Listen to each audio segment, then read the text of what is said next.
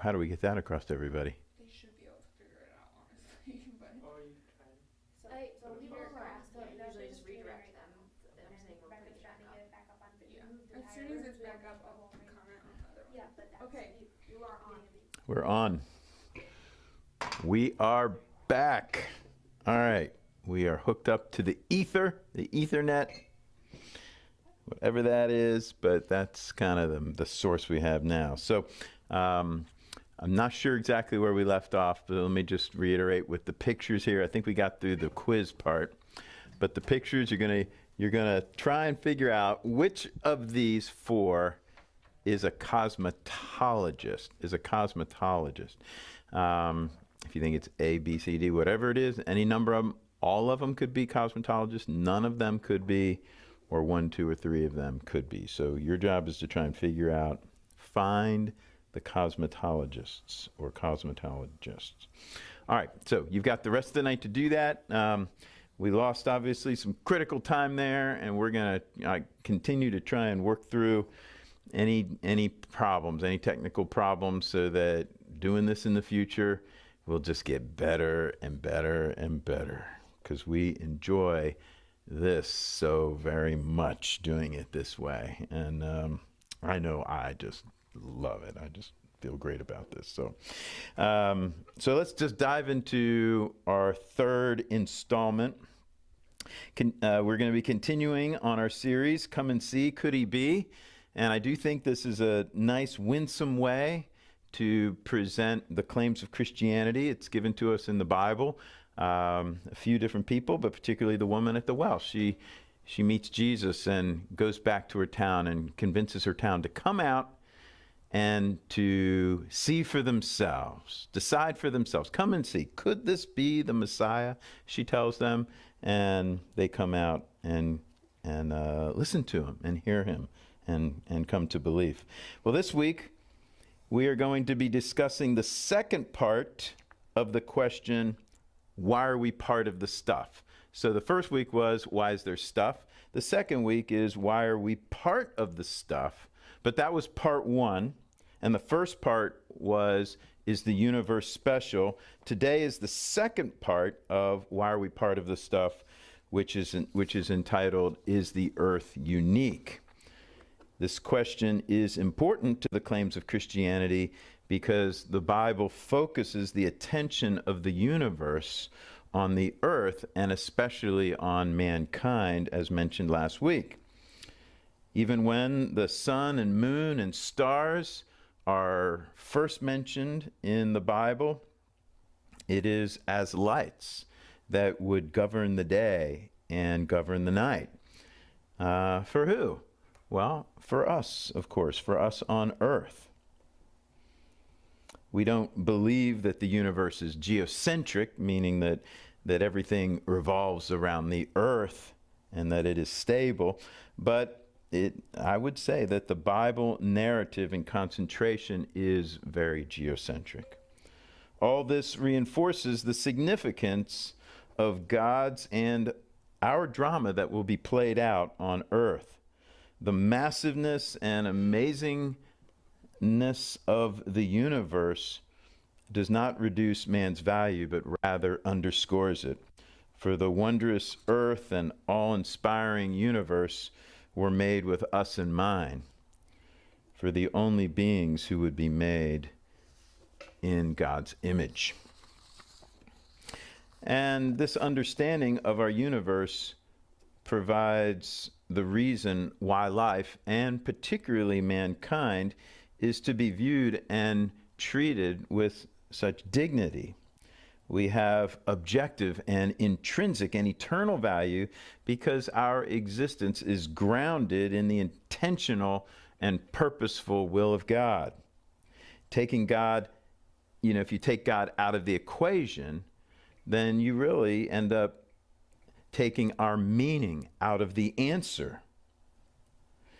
Great atheist Friedrich Nietzsche announced that God was dead, and as freeing and as victorious as that must have felt for him, it came at a huge price.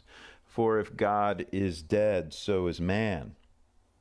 After all, what do we become if God is dead but a purposeless, random, temporary fluke happenstance? Last week we tried to take in a little of how special the universe is in its properties to be suitable for life. Tonight we'll consider how wondrous the earth is as our home, made for us by God. There's so much to think about when we ponder this world. Most significantly, the life that is on it and the things that have happened here and that will happen here. These will be discussed in the future as we close in on Christianity's most important claims about God and his Son. But before we get to those, we would be, I think, remiss if we failed to appreciate just how unique the earth is in the universe. The earth is a ball in the universe that has life literally crawling over every bit of it. As far as we know, it is the only life in the universe. We have probed the moon and Mars, and we have listened for decades for signs of life elsewhere and have found a grand total of 0 signs. This has disappointed those who believe that what happened on earth with us must have happened many times over the universe. Like those on the Starship Enterprise. They were on a mission.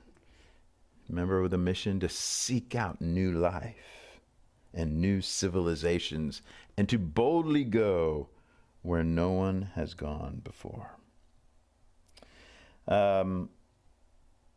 Their optimism for many in our society remains actually surprisingly high, given all that we've been learning and discovering about the universe and life. I mean, you think, but still, I mean, like, you just got to think, why shouldn't we discover that there's life out there? I mean, are we really so very special here? I mean, wouldn't it be ignorant to think that what happened here could not have occurred just like that somewhere else? I mean, if it happened here, why not happen again somewhere else?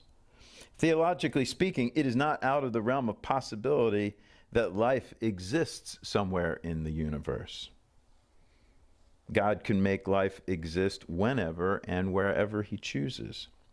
But I hope to make it clear tonight that this would be the only reason one should think we could ever find life elsewhere, that God would have had to have purposely made it exist elsewhere.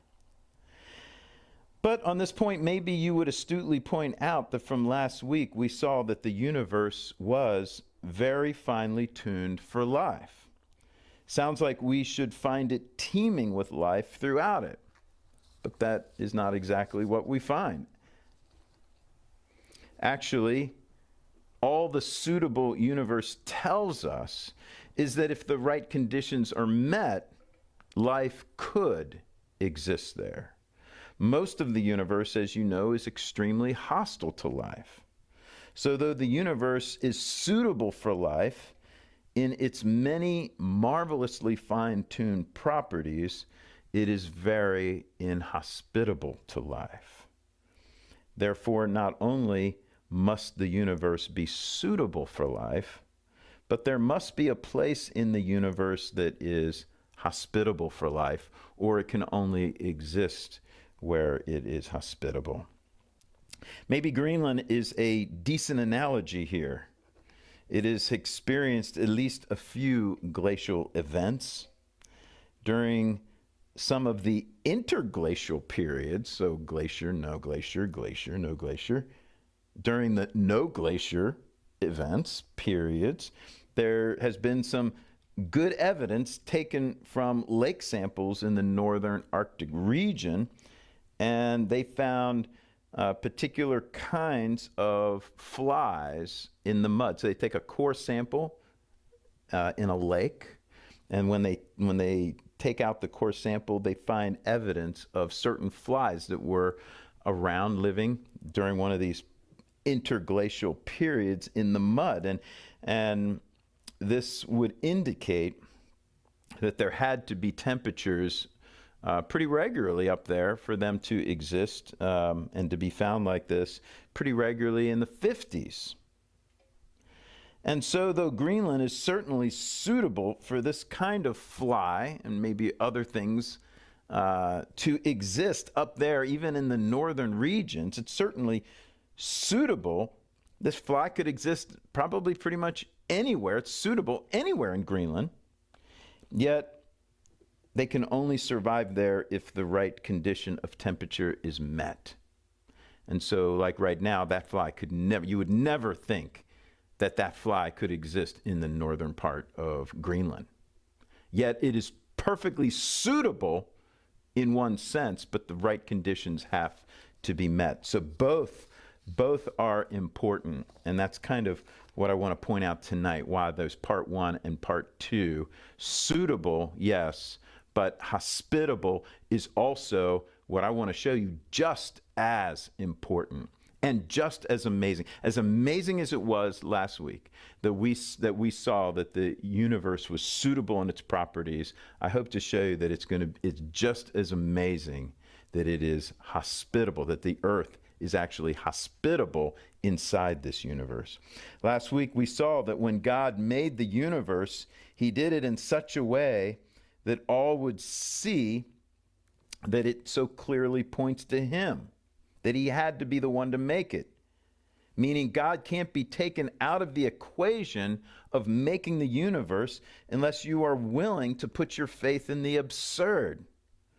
The razor-thin parameters he built into the universe serve as a kind of test and a thermometer that reveals just where someone stands before God. So, what will we discover about the specialness of the earth? What is your guess as to the likelihood that any part of the universe is hospitable for life?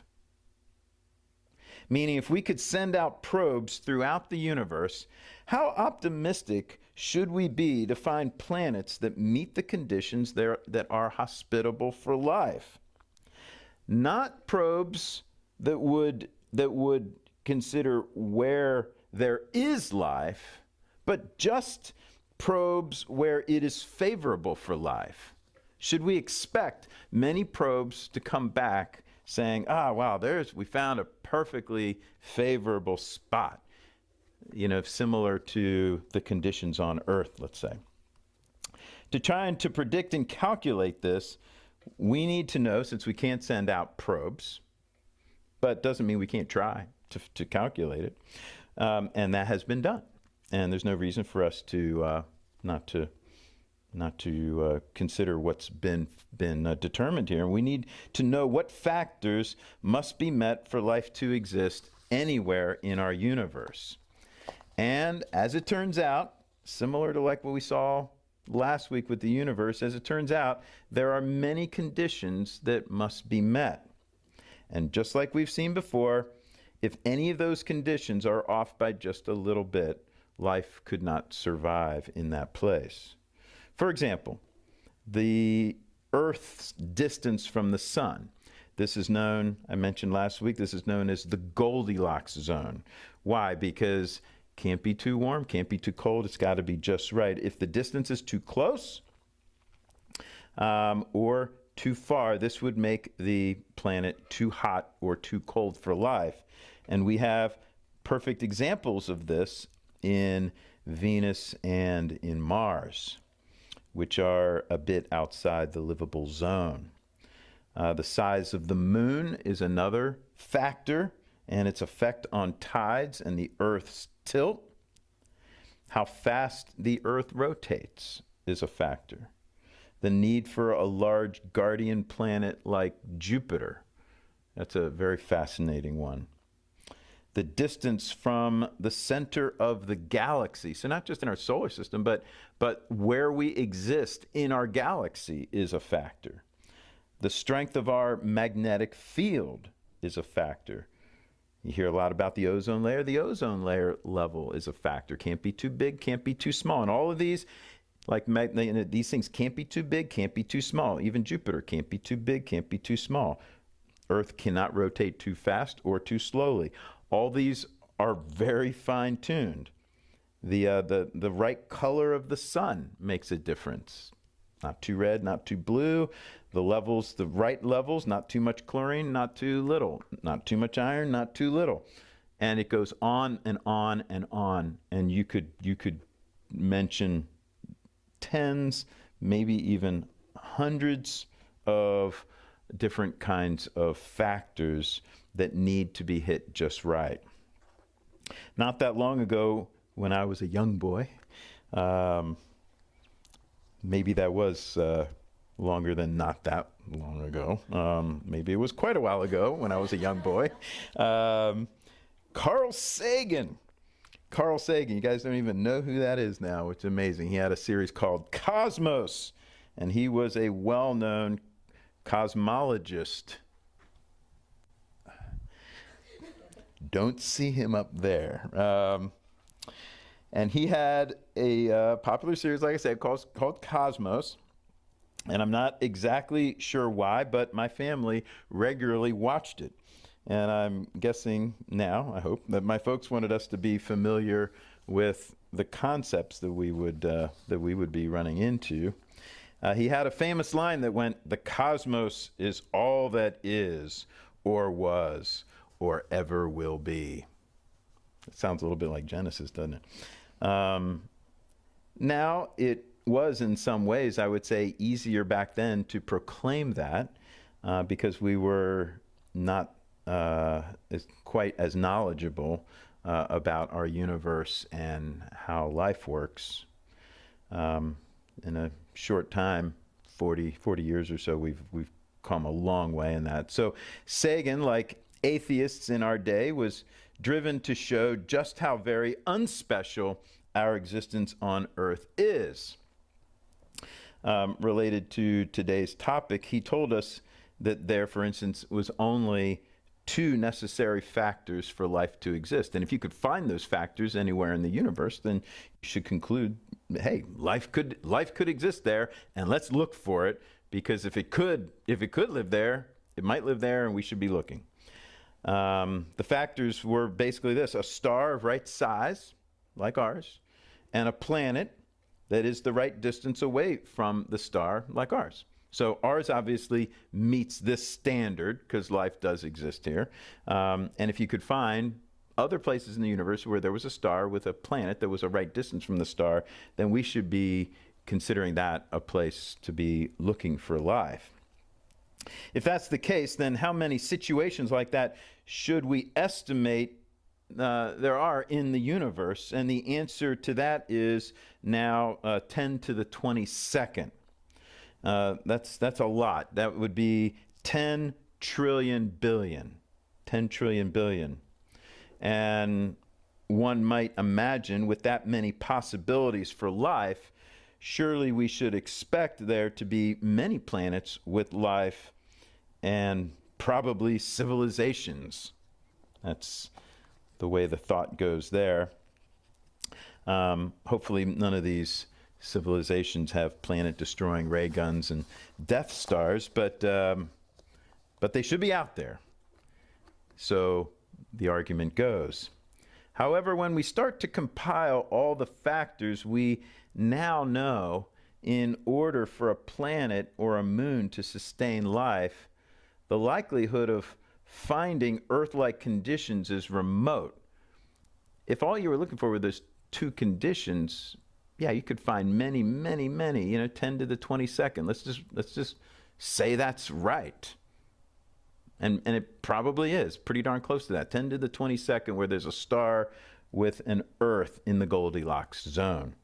I mean, the universe is a huge thing, right? I mean, hundreds of billions of galaxies out there, so with hundreds of billions of stars. So why shouldn't there be that many out there that have Earth-like conditions? But now, as we are looking at other factors, that compile on each other. This not just two, but many, many, many. One estimate that I saw put the likelihood of finding a place that meets the criteria for life in the universe is 1 in 10 to the 322nd. 1 in 10 to the 322nd, which is truly beyond imagination. You know, it'd be like picking one particular atom in the whole universe and then having to do it again, and then having to do it again, and then after that having to do it again, and doing it all in a row. And if you got it right the first time, you got it wrong the second time, it doesn't count. You got to do it 4 times to get it right. That's just unthinkable. Unthinkable. Well, that's worth considering. You know, that's one person's estimate. His name is Hugh Ross. Some people really like him. Some people don't like him very much. Certainly it's worth considering, though not everyone agrees with this calculation, but it does seem, as I've been scouring articles, it does seem that there is some in the cosmological community that are starting to accept the reality of Earth's unique situation in the universe, and that we may very well be alone in the universe.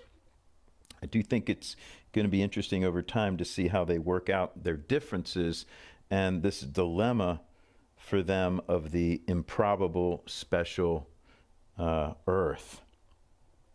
It's nice to see at this point that the vast number of stars in the universe is no longer a good enough reason to say that there just simply must be life somewhere out there.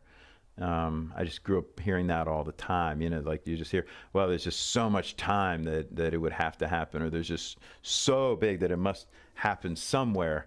Well, the extreme unlikeliness that it could happen anywhere dwarfs the amount and the vastness of the universe, actually. And so what you might think should be very likely, because there's just so many stars out there, it is so unlikely that it doesn't even matter how many stars are out there.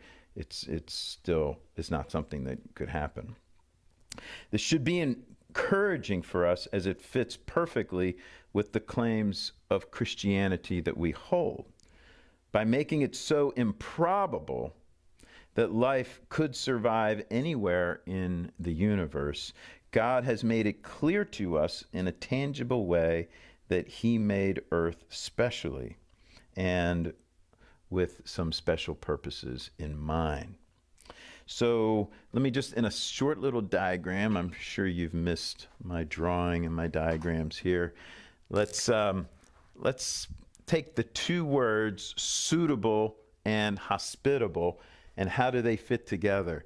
Well, in some ways, they're sort of like a pyramid where you have to have a universe that is suitable. That's absolutely necessary. If the universe is not suitable, if it doesn't have the properties, then it doesn't even matter if there is a place that is hospitable, because it is an impossibility if the universe is not suitable for life. But given that the universe is suitable for life, and amazingly so, I mean, the fact that it is suitable, again, sits on a razor thin, fine-tuned properties. The unlikelihood that the universe we live in should exist simply by chance is unthinkable. So it forces us to think, well, where did it come from, and why is the universe the way it is? But given that, then we think that, okay, the hospitable,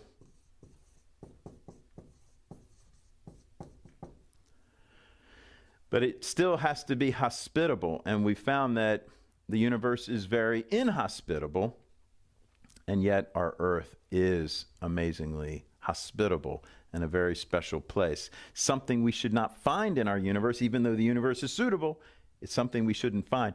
Yet both of these, I think, are ways in which God has made it clear, I have made a special universe for you, and I have carved out a special home for you to exist. And I think both of these help us to consider the God who has made it all, and give us good encouragement to consider further who is this God who made the universe and made our home. And after Easter, we're going to look into the rest of it. We're going to build on top of this. Okay, so we have a place that's suitable. We have a place that is hospitable. But does that necessarily mean that we are going to be a part of this stuff?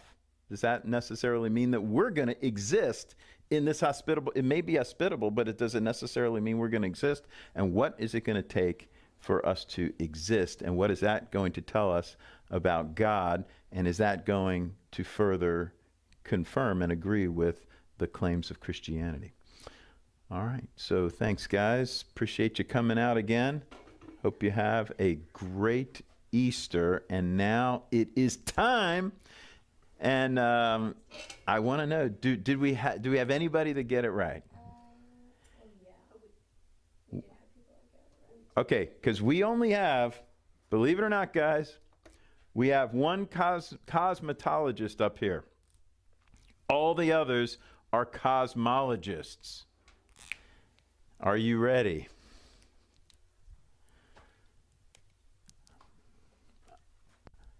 Cosmetologist or not? Not. This is a cosmologist. Let's go here. Cosmetologist or not? Yes. Cosmetologist. B, a proper answer. Cosmetologist or not? Not. That dude's a cosmologist. And cosmetologist or not? Not. Cosmologist. So we have one cosmetologist up here, and it's this dude right here, and the answer is B. Did anybody give the answer B? 4 people. 4 people said only B? That's from Mark. Only B. Some said double. Angela only said B. Only B? Angela only said B. Angela. Mark Antonio's Kinsingers. Wow, congratulations, y'all. Big prizes are coming your way. Big prizes. Like huge. At the end of the summer. Yeah, but you got to claim them within a year.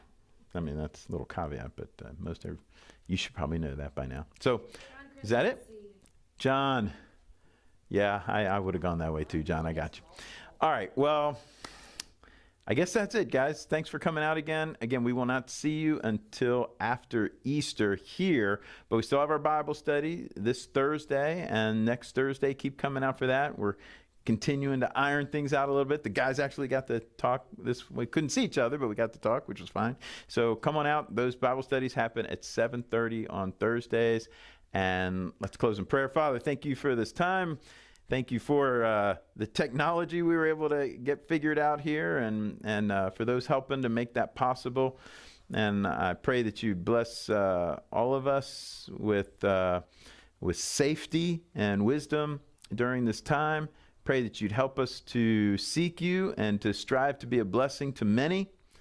We thank you for our faith in you and our love for you. Thank you for the knowledge that you've given us of who you are and what you've done for us. And we just pray that you'd help us to live for you in any way that we have an opportunity. And just thank you for all that you've done for us. And just pray that you'd help us to enjoy a good Easter, though it'll be a little bit different this year. But we thank you for this time. We get to remember what you've done for us and help us to really think hard and long on that. Lord, thank you for all these things in this time together. In Jesus' name, amen. Malachi wants Bruce to know that his shirt is green just like the Hulk. Malachi. Green like the Hulk, apparently. So, all right. See you guys.